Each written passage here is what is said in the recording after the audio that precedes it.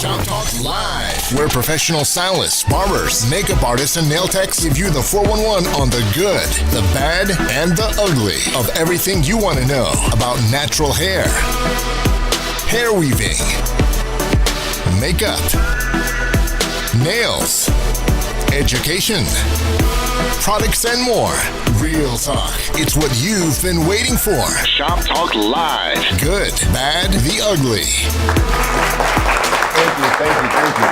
Welcome to Shop Talk Live, everybody. Here at Shop Talk Live, we discuss the good, the bad, the ugly of the beauty and barbering industry. I'm your host, Nigel Phillips, by the way. Also, I have with me lovely co-hosts, Susie Sindir and Georgia Smith. We also have joining us a very special guest, Nakia Newberry, owner and creator of Nakia Beauty. Everybody welcome Nakia. So Nakia, welcome. Thank you for having me. Nice to have you here today. Nakia, congratulations on your makeup line, Nakia Beauty. I see it a lot online. I see it. Makeup looks great. Thank you. So Nakia, I really wanted to ask a question. What makes your makeup line different than the rest? Well, first of all, I try to cover the whole product line, not just lipstick, not just lip gloss. I want to make sure I cover the whole woman, the total face. You're able to do a whole face with my line. You know, I'm just not advertising lipstick, lip gloss. I got down to the nitty gritty to concealer, foundation, gel eyeliner, brow powder. You know, I have lashes in stores. So I just want to make sure I cover the total face. So whenever a makeup artist picked up my line, they was able to go and get anything that they needed for their client. Okay, well, I see you have one, and yours look very flawless. Thank you. What about sensitive skin? How does that work with sensitive skin? What's in your, Well, all my products are hyperallergenic. Okay. I tried to make sure that, you know, anybody that had allergies, you know, sensitive skin, they wouldn't have a problem with it. So I've come across a couple of clients who've had that concern, and they do really well with it. And about how long did it take for you to put everything together with the chemists and the testing, and how about? Well, let me tell you, it was a little tedious because the first time I did a product, I thought it was the best, Right. but I had to get other people's opinion, like Right. some of the best makeup artists that was Right. in South Florida, so that's what I did. And it was a little bit hard to hear, you know, Right. like I had some makeup artists to tell me like, listen, you nice, And but that's what it's you not need. enough pigment in that shadow. Exactly right. You know, so that first chemist, I couldn't continue with him because he wasn't producing what I needed for the line. And if I wanted to reach a wide variety of people, not just the girls who was doing Makeup 101, but the ones who was actually doing high-end clients, I had to make sure my product could stand up against a lot of other people. So I went back to the drawing board, and it was some money wasted. Okay. You know? Well, that's part of the industry, you know, trying different. But you have something for me? Yes, of course. I put some in your bag. I put wet paint in your bag because I saw you had on that red lipstick. So I put wet paint in your You bag. know, a girl love Look at you. makeup. I love makeup. So you said money wasted, which makes me wonder about how much did it take to actually get the line started It was a and in stores. Okay. In stores was different.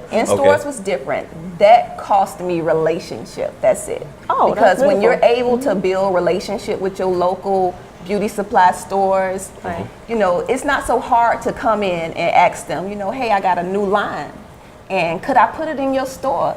Some of them told me, well, we can only do a trial. You know, whatever we sell, we'll pay you for what we sell. Gotcha. But it wasn't long before they saw that the line was selling really well. Flying off the shelves, right? Yeah, especially the lashes. You know, the girls I think they had a really hard time putting a pair of $25 lashes in their stores. Time out.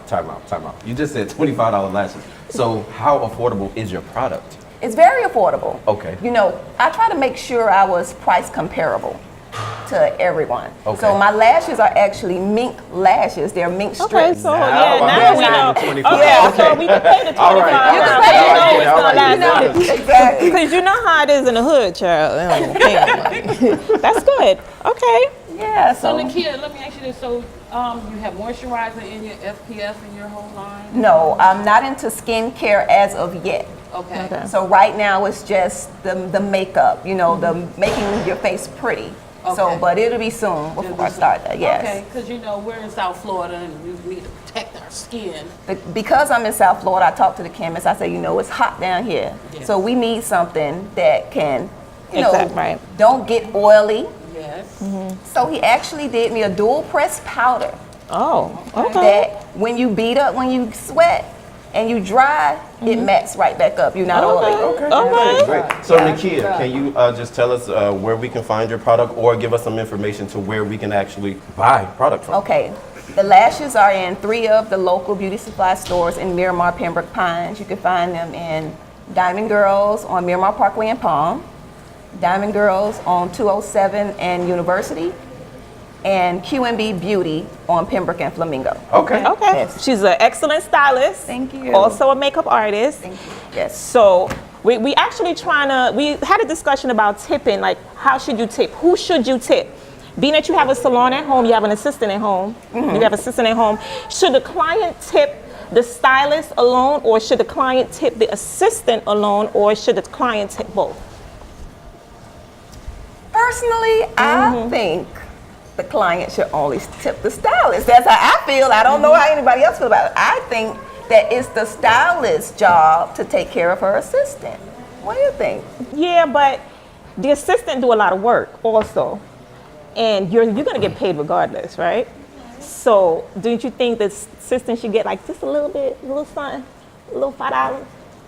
Well, A little something, little me- $5 or something. So y'all want me to get y'all want me to get in trouble, right? Well, me personally, what I do, typically, I pay my stylist and then I ask my clients to pay my assistant, I'm sorry. And then I ask clients to tip the assistant as opposed to tipping me because they're already paying me. Okay. So that way it kind of evens, it makes it fair for the assistant. And sometimes clients, they tip both, Yeah. the stylist and the assistant. And yeah, so. I agree to tip both, because they're both giving the service. The shampoo assistant giving the service and the stylist giving the service. Okay, I mean, if they could afford to tip both, then go ahead and tip both. But I can feel like afford the it. assistant They should can also afford get tipped. You know what I mean? I know a lot of stylists that have it professionally set up Right. to do salon at home. Right. But then we also have the you know what I'm calling them, Yeah. stylists, right? So, what do you think about pricing? Salon should someone at home charge the same as someone in a salon? Well, I'm gonna tell you this. I learned a long time ago from a good friend, and that woman told me, don't allow anybody to pimp your gift.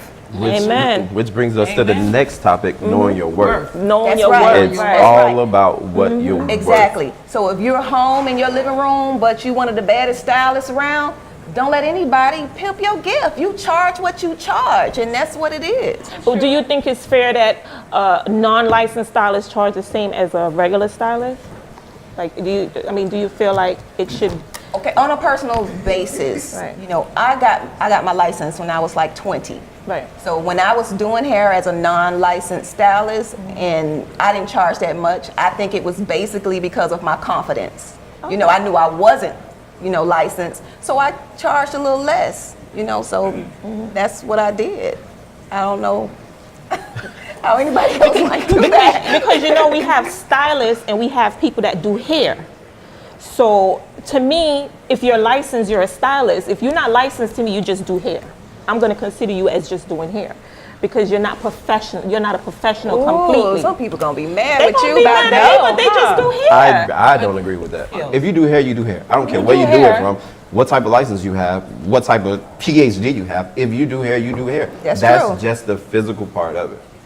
But if you're a professional stylist, it means I'm a licensed professional stylist. I greet you. I'm on time. I have a license have hanging people on that the don't do- wall with my picture on it that I worked hard for, which sets you apart from being a kitchen beautician and a professional stylist. Point blank. So the price should go up. That's what you're saying, right? No, because Why it cannot? no. If you're in the same salon, if they're doing the same work as you, why they can't charge? Why? Because you have the license and they don't have the license. Well, I can charge more, but I'm saying from the unlicensed standpoint, Right. if I know I do hair just as well as the next person, I'm going to charge the same thing. So if I want to charge $250 for a bond-in, per se, and I don't have a license, I'm going to do it because I'm just as well as the next person. Now it's up to the client to come. But anyway, with that being said, we got to go to break. Mm-hmm. Yeah? Let's move on. Talk about that all night, right? All Yeah, night, all right, so- we can. We can. Well, Nakia, well, it was really, really good to have you here today. Thank you. Thank you for having me. I hope everyone check out Nakia Beauty, Nakia Products. Her products really is flawless. I always see her face on Facebook, and I'm like, damn, that No look good. filter. I don't put a filter on it. Like, Her face is really looking good though. Let's give Nakia, let's give Nakia a a hand. round of Thank you for applause. joining us, Thank you. Nakia. Thank you.